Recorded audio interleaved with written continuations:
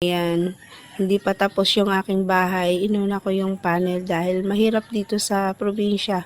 May kuryente naman dito kaso yun nga lang mahal, tapos maya't maya pang patay ng kuryente, masisira lang yung mga gamit ko. At yan nga, dahil sa papatay-patay din yung kuryente, ayoko na rin magbayad ng monthly. Siyempre, sino bang gusto na magbayad tayo monthly?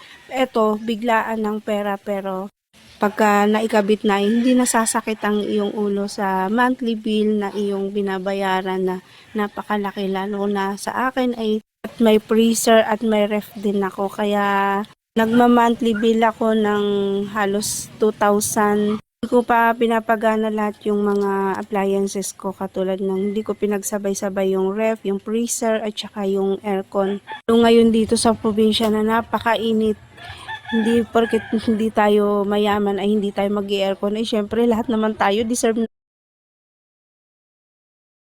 idinikit na sa pader. Pero itong inverter ay hindi nilagay sa wall. Yan, nakapatong lang tsaka yung battery.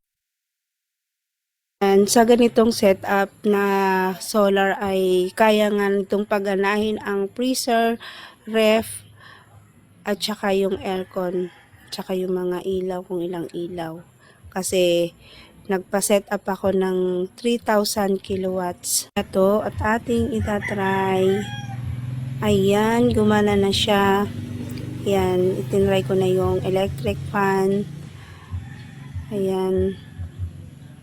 At itong aking air cooler. Ayan, napakalakas nito sa kuryente. At ayan, ating titingnan si Haring Araw. Ayan, ang ganda ng sikat ng araw. Ayan, alas 7 pa lang pero ganyan na ang sikat ng araw, napakaganda. Sapul doon sa panel na nasa bubong. Pero paano na lang kung walang init? Hindi gagana yung ating solar panel. Ayan, dahil makulimlim, itatry natin ngayon kung gagana pa yung ating mga appliances.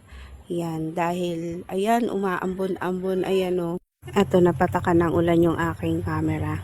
Ayan, i-check natin ngayon kung gagana pa yung mga appliances habang umuulan-ulan pa. Pero sa side na yun ay maliwanag pa.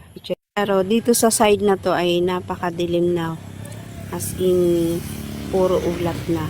Ayan, madilim na ang kalangitan dito. Kaya i-check natin ngayon kung gagana yung ating mga appliances. Ayan, titingnan natin kung gumagana yung ating mga appliances. Ayan, ito yung ano ngayon, aking controller.